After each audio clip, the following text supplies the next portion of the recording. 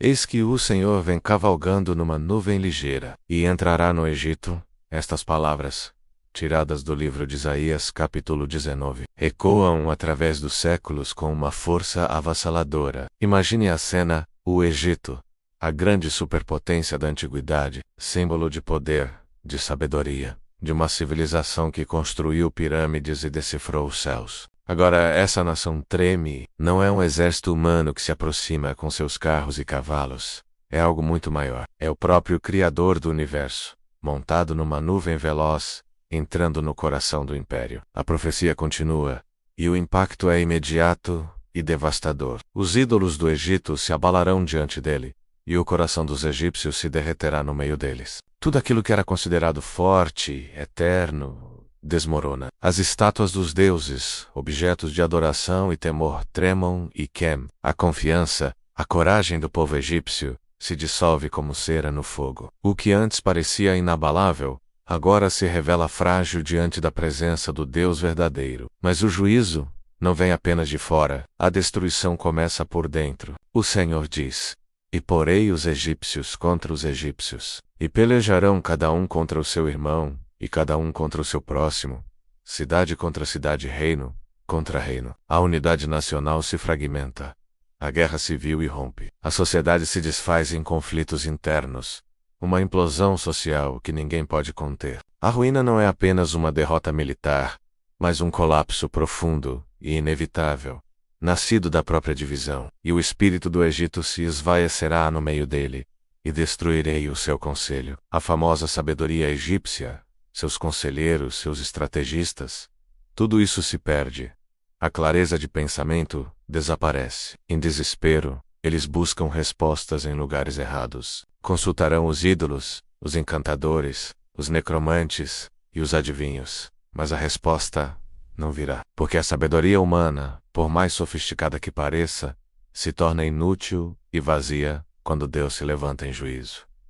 A crise se aprofunda, e entregarei o Egito nas mãos de um senhor cruel. E o desastre se torna também econômico e ambiental. As águas do mar secarão, e o rio se esgotará e secará. O Nilo, a alma do Egito, a fonte de sua vida e prosperidade, falha. Os pescadores se lamentarão, e todos os que lançam anzol no rio gemerão. A agricultura, a pesca, o comércio, todo o sustento da nação, seca junto com o rio. A terra fértil se torna um deserto estéril. A liderança, cega pela arrogância, não consegue enxergar a solução. Os príncipes de Zoan se tornaram loucos.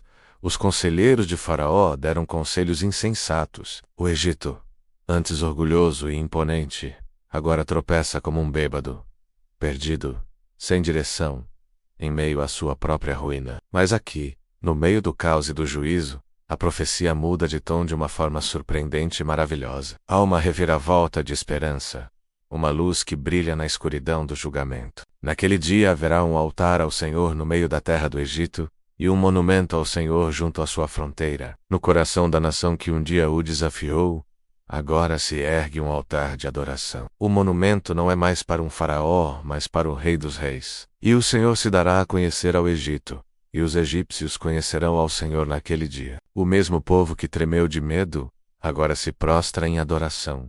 O Deus que veio em juízo, agora se revela como Salvador. O Egito, o antigo inimigo do povo de Israel, a nação do cativeiro, agora se curva voluntariamente diante do Deus de Israel. A transformação é completa, e a visão se expande, ultrapassando as fronteiras do Egito.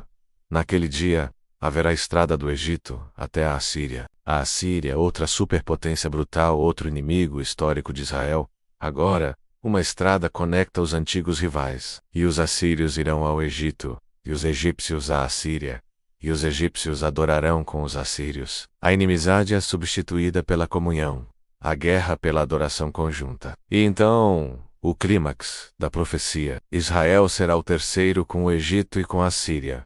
Uma bênção no meio da terra. 3 nações, antes marcadas por conflitos, agora formam uma comunidade de bênção para o mundo inteiro. E o próprio Senhor declara sobre eles: "Bendito seja o Egito, meu povo, e a Assíria, obra das minhas mãos, e Israel, minha herança." Veja a ternura nessas palavras. O Egito é chamado de meu povo. A Assíria, obra das minhas mãos. O juízo divino não era o fim, mas o meio para um fim muito maior: a redenção e a reconciliação. Essa reflexão profunda de Isaías 19 nos ensina que o juízo de Deus é real e severo, mas sua misericórdia é ainda maior. Ele é capaz de transformar o coração de nações inteiras, de transformar inimigos em adoradores. O plano de Deus sempre foi maior do que um único povo ou fronteira. Ele deseja reunir pessoas de toda a terra debaixo da sua gloriosa bênção. Se essa mensagem poderosa falou ao seu coração hoje, peço que você curta este vídeo. Deixe um comentário dizendo: "O Senhor reina sobre todas as nações." E claro, inscreva-se no nosso canal para continuar recebendo mais reflexões bíblicas profundas, contadas com emoção e com a verdade da palavra. Obrigado por assistir e até o nosso próximo capítulo da profecia.